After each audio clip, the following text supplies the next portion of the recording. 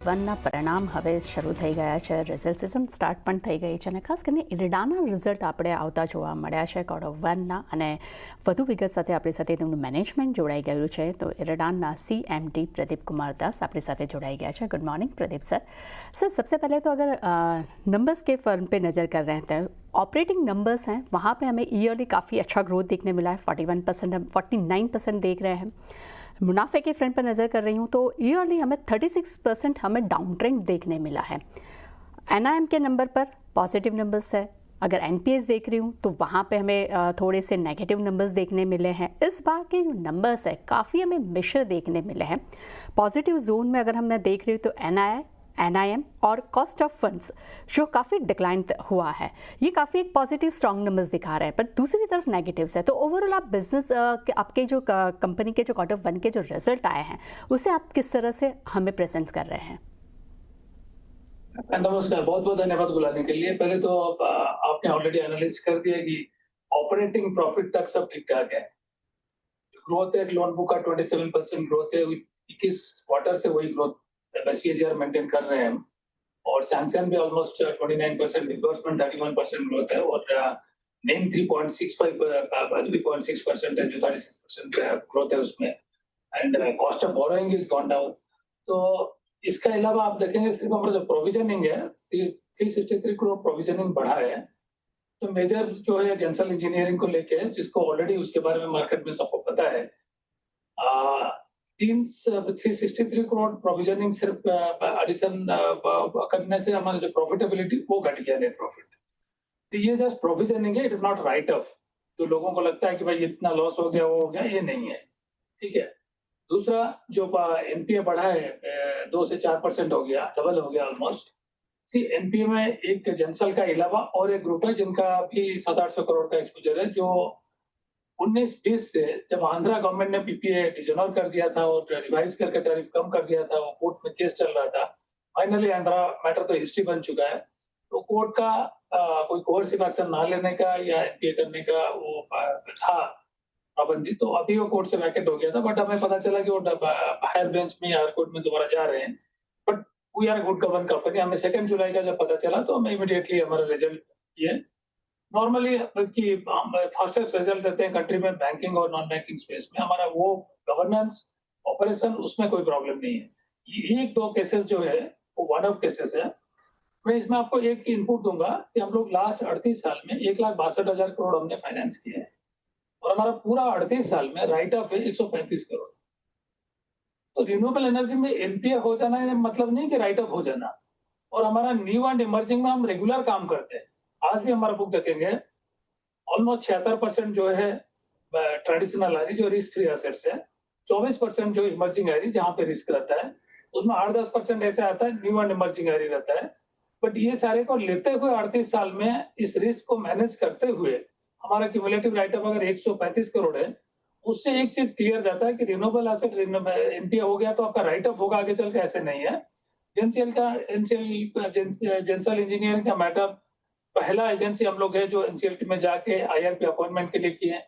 बहुत मतलब fast forward mode में इसका काम किए. IRP अपॉइंट हो चुके हैं और IRP अपना प्रिलिमिनरी काम कर चुके हैं. उम्मीद करते हैं हफ्ता 10 दिन में COC का मीटिंग होगा. तो कई मल्टीपल लेंडर्स है उसमें. तो ये एसेट और बाकी एसेट से थोड़ा अलग है क्योंकि ई व्हीकल है. ई व्हीकल को रिपोजिशन करना और रीरन करना उतना बड़ा डिफिकल्ट काम है नहीं. और ये जो गाड़ी का लाइफ नॉर्मल बॉडी का तो 10 साल होता है, बाकी बैटरी का 6 साल होता है. हमारा लोन 5 साल का था, कई लोन 3 साल का पे हो चुका है और कई लोन 2 साल का पे हो चुका है. तो ऑलमोस्ट करेंगे तो आधा टाइम बचा हुआ है. तो बैटरी लाइफ अगर 6 साल और 5 साल दिए, आज भी बैटरी का एवरेज लाइफ 3.5 साल बचा है. और हमारा 2.5 साल का एवरेज लोन अगर बचा है, तो इसको 3-4 महीना माइनस कर दें, जो गाड़ी का ये डिस्टर्बेंस हुआ उसको दोबारा रीरन करें. थोड़ा बहुत उसमें टेक्नोलॉजिकल इम्पैक्ट अगर रहे, थोड़ा डेंट पड़े, तो भी गाड़ी रीरन होगा. क्योंकि इसका बिजनेस मॉडल में कोई प्रॉब्लम है नहीं, ना था. ये मेनली प्रमोटर रिलेटेड इश्यू रहा है अभी तक, जो प्रिलिमिनरी पता चल रहा है. बाकी हम उम्मीद करते हैं बहुत जल्दी इसको हम सॉर्ट आउट करा लेंगे, रेजोल्यूशन इसका हो जाएगा. और रीरन जब गाड़ी होगा, इसका बिजनेस मॉडल में काफी दम है, तो हमारा फर्दर प्रोविजनिंग करने का हम उम्मीद नहीं करते हैं. जो प्रोविजनिंग किए हैं हो सकता है उसको भी हमें हटाना पड़ेगा. तो इसलिए, और ऐसा हमारा टोटल बुक में देखेंगे मोबिलिटी में हार्डली 1% एसेट है. और इसका सब्सटेंशियल पोर्शन ही जनरल इंजीनियरिंग का है। दूसरा जो ग्रुप हुआ है, सिंस वन ऑफ केस है, आंध्रा में ऐसा कोई और मेजर अकाउंट है नहीं। ना ये 5 साल से चल रहा था और सबको पता है कि आंध्रा गवर्नमेंट ने जब डिसाइड कर लिया था पीपीए रिप्राइस करने के लिए, रिजनर करने के लिए, तो काफी हंगामा हुआ था। जो बड़े-बड़े ग्रुप थे, वो उनका मल्टीपल एक्टिविटी था, वो तो मैनेज कर लिए। जो ग्रुप टोटली आंध्रा में उनका प्रोजेक्ट था, आंध्रा सेंट्रिक थे, उनको दिक्कत हुआ। तो ये जो थे उनका majority of the asset Andhra में था, बट वो अभी रेजोल्यूशन प्लान पाइपलाइन में है। इसके बारे में अभी मैं बता नहीं पाऊंगा, तो उम्मीद करते हैं उसको भी हम सॉर्ट आउट कर लेंगे in due course of time. तो जो 38 साल का इतिहास हम रखें कि सिर्फ 135 करोड़ का क्यूमुलेटिव राइट अप, उसको हम आगे कायम रखेंगे। हम राइट अप तक नहीं पहुंचाएंगे, असेट को सॉर्ट आउट करने के लिए कोशिश करेंगे। डेफिनेटली सर, जहाँ पे आपने एक नेगेटिव नंबर्स तो हमें बताया है, नेगेटिव रीजंस भी आपने बताया कि किस रीजंस की वजह से कितना प्रेशर देखने मिला है। पर सर मैं ये भी जानना चाहूँगी कि आपके एनआई और एनआई में जो ग्रोथ देखने मिला है, तो उसके लिए कौन से दो बड़े इवेंट्स है जिसके एक सपोर्ट है जो आपके इस एनआई को और एनआईएम को मिला हुआ देखने मिल रहा है? देखिए, कंटिन्यूअसली हम अपना कॉर्पोरेट गवर्नेंस को बढ़ावा दे रहे हैं। इससे क्रेडिट रेटिंग एजेंसी का काफी हमारे ऊपर रिलायंस है।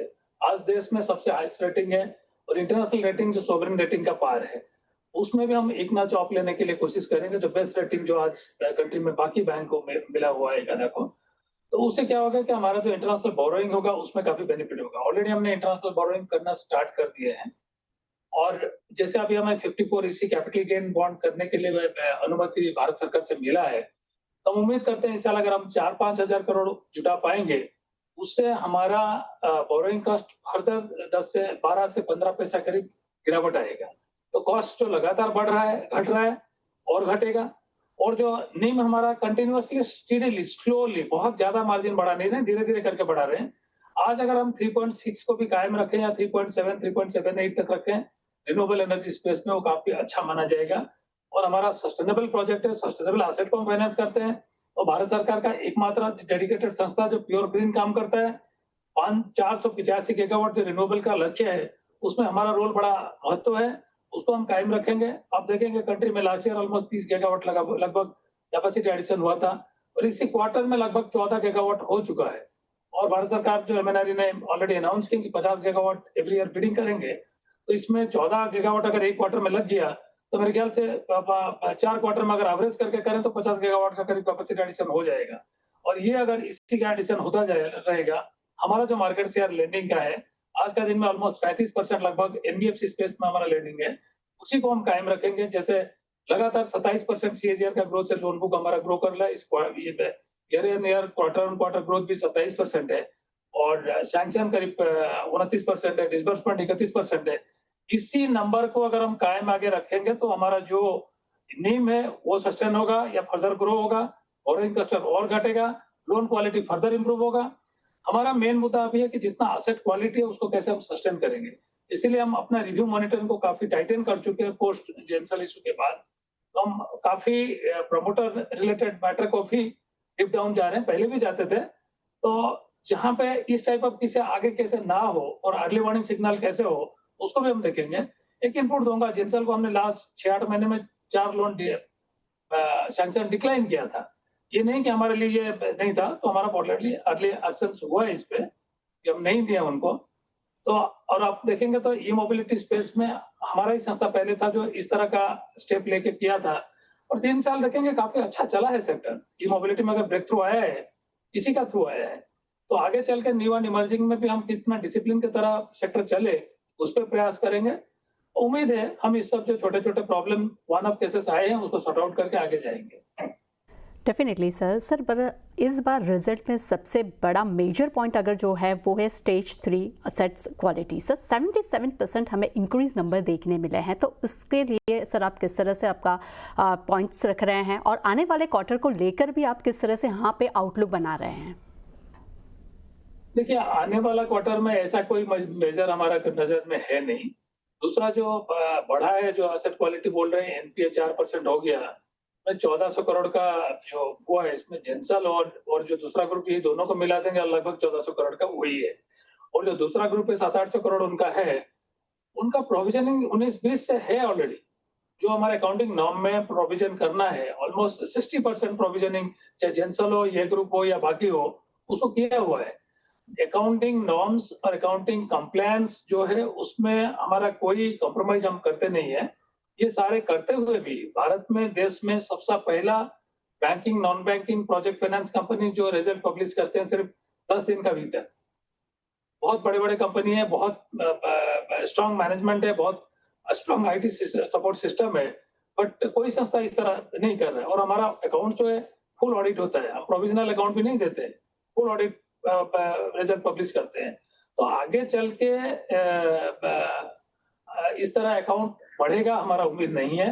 दूसरा, ये जो बढ़ा है उसको इसी तरह मैनेज करना है। अगर हमने 38 साल में सिर्फ 135 करोड़ का क्यूमुलेटिव राइट अप है, उसका मतलब रिन्यूएबल में एनपीए हुआ मतलब राइट अप नहीं होगा, कोई जरूरी नहीं है उसको अगर ठीक से मैनेज करेंगे तो। और ये जो एनसीएलटी में जब नॉर्मली प्रोजेक्ट जाता है सालों साल लगता है। हम तो पहला संस्था जो एनसीएलटी में गए जेंसल के लिए और पहले ही आईआरपी अपॉइंट करा लिए और ऑलरेडी मीटिंग करा के बाकी लेंडर का आईआरपी काम चालू कर चुके हैं।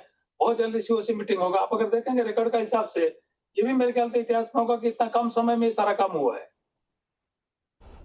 Okay, thank you sir. Sir आपने काफ़ी डिटेल्स हमारे साथ शेयर की है और डेफिनेटली Q1 में जो भी मेजर पॉइंट्स थे आपने हमारे सामने रखे हैं, इसके लिए thank you so much sir. और सर आने वाले क्वार्टर्स के लिए भी sir all the best. Thank you. તે સાથે જ અત્યારે આપણે ઇરડાના મેનેજમેન્ટ સાથે વાત કરી ડેફિનેટલી શું છે મોટા પરિણામ શું આવ્યા છે, શું એમાં કેટલા મેજર ઇવેન્ટ પોઈન્ટ્સ હતા જેને કારણે કરીને અત્યારે એક રિઝલ્ટમાં એક આપણે કહીએ ડાઉનસાઇડ જોવા મળ્યું છે તે મેં બધું જ ક્લિયર કર્યું છે અને અત્યારે આપણે કાઉન્ટર પર પણ નજર કરીએ 5.5% અત્યારે કાઉન્ટર નીચે કારોબાર કરતું જોવા મળી રહ્યું છે. ખરાબ પરિણામનું ઇમ્પેક્ટ જે છે અત્યારે આપણે ઇરડાના ફ્રન્ટ પર જોવા મળી રહ્યું છે.